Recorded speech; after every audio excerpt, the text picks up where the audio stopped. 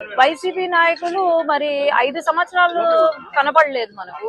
ఇప్పుడు కొత్తగా వైసీపీ నాయకులు వాళ్ళు నాయకులు అంటారా అండి? 5 సంవత్సరాలు ఎన్నో జరిగాయి. ఎందుకు ఇక్కడ మన గేటు కొట్టుకోపోతే ఎంతో మంది చనిపోయారు. చనిపోతే మరి ముఖ్యమంత్రి గారు ఆ రోజు ఏం చేశారు? హెలికాప్టర్ లో నవ్వుకుంటూ టాటా బాయ్ బాయ్ చెప్పుకుంటూ వెళ్ళిపోయాడు. ఇప్పుడు వరకు వాళ్ళకు నష్టపరిహారం కూడా ఇవ్వలే వాళ్ళు ఈ ఎన్నికల వరకు. మరి ఇప్పుడు కొత్తగా మళ్ళా నాటకము, మొన్నటి వరకేమో లా అండ్ ఆర్డర్ తప్పింది అని చెప్పి ఒక నాటకం వేశారు ఢిల్లీకి వచ్చి. ఇప్పుడేమో మళ్ళా కొత్తగా నాటకం వేస్తుంటే ప్రజలు అనే వాళ్ళు ఏమనుకుంటున్నారు నాకు అర్థం కావట్లేదు. రోజమ్మ ఏమో మా ముచ్చుమరి ఇష్యూ గురించి మాట్లాడుతుంది.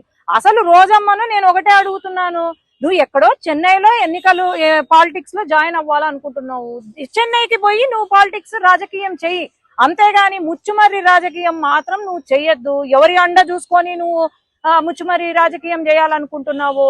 10 రోజులు జరిగిన వెంటనే మేము ప్రతిరోజు అక్కడే ఉన్నాము. అక్కడ ఎవరైతే ఉన్నారో పోలీస్ డిపార్ట్మెంట్ గాని మళ్ళీ పైన హోంమంత్రి గారు గాని అందరూ వచ్చారు. ఒకటే ప్రశ్న రోజమ్మకు, నీకు నిజంగా ముచ్చుమర్రి పైన ప్రేమ ఉండుంటే మరి నువ్వు వచ్చినావా? నువ్వు వచ్చి పరామర్శించినావా? లేకపోతే ఈ వరదలు ఏవైతే ఉన్నాయో వరదలలో నువ్వు ఏంది, నీ రోల్ ఏంటి? నువ్వు మేకప్ వేసుకొని అక్కడ కూర్చొని మాట్లాడడం కాదు, నువ్వు ఏం చేసినావు? కనీసం నష్టపరిహారం ఏమైనా 1 రూపాయి ఇచ్చినారా? లేదు. కానీ ఊరికే మాట్లాడడం కాదు. జగన్మోహన్ రెడ్డి గారు మరి ఆయన ఏం మతి స్థిమితం తప్పిందో మరి ఏమో అర్థం కావట్లేదు. నేను అదే అంటున్నా, వైసీపీ పార్టీ ఏదో ఆయనకు లండన్ లో ట్రీట్మెంట్ ఇస్తున్నారంట.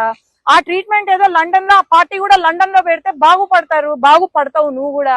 ఎందుకంటే ఇక్కడికి వచ్చి రాజకీయం చేస్తే ఎవ్వరూ ఒప్పుకోరు, అది ఈ టైంలో. చంద్రబాబు నాయుడు గారు ఆయన ఏజ్ ఎంత అండి? ఆయన ఏజ్ కి మించి డే వన్ నుండి అక్కడ తిరుగుతున్నారు, రెస్టే లేదు. ఇంకా మేమైనా మాకు వరద తక్కువ ఉంది కాబట్టి మేమైనా రెస్ట్ తీసుకుంటున్నామేమో గాని, అంత వయసులో పెద్ద ఒక ముఖ్యమంత్రి హోదాలో ఉన్న అతను ఆయన 24 గంటలు కష్టపడుతున్నారు, ఇంటికి కూడా వెళ్లకుండా కష్టపడుతున్నారంటే వీళ్ళు మళ్ళీ ఆయన పైన మాట్లాడుతున్నారంటే అసలు సిగ్గుపడాల వీళ్ళంతా. అదే గనుక ఈ వరద గనుక వైసీపీ హయాంలో వచ్చుంటే గనుక మరి ఏంటి పరిస్థితి? ఈరోజు వైసీపీ బోట్లు కొట్టుకొచ్చినాయి బ్యారేజ్ కి. ఎందుకు వచ్చాయి? ఇవన్నీ ఆలోచన చేయండి, ఎవరు దీని వెనకాలండి చేస్తున్నారు. అసలు ఈయనకు మ్యాన్ మేడ్ ఫ్లడ్స్ కి తర్వాత న్యాచురల్ ఫ్లడ్స్ కి కూడా తేడా తెలియని మాజీ ముఖ్యమంత్రి, పులివెందల ఎమ్మెల్యే, మరి ఆయనకు అసలు తెలివి ఉందా?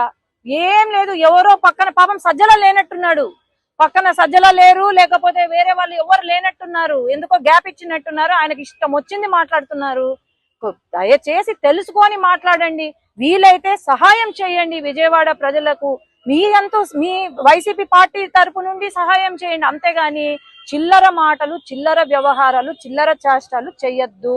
ఆ రోజమ్మను పెట్టినారు, ఇప్పుడు ఆమెకు మేకప్ కే సగం టైం అయిపోతుంది. మరి ఆమె కూడా నోరు అదుపులో పెట్టుకొని ఆమె కూడా వీలైతే విజయవాడకు వచ్చి సహాయం చేయమనండి, మేము కూడా చప్పట్లు కొడతాం. అంతేగాని దీన్ని మటుకు పొలిటిసైజ్ చేయొద్దండి. అందరం కూడా వాళ్ళతో ఉండి మనం ఆదుకుందాము, హెల్ప్ చేద్దాం.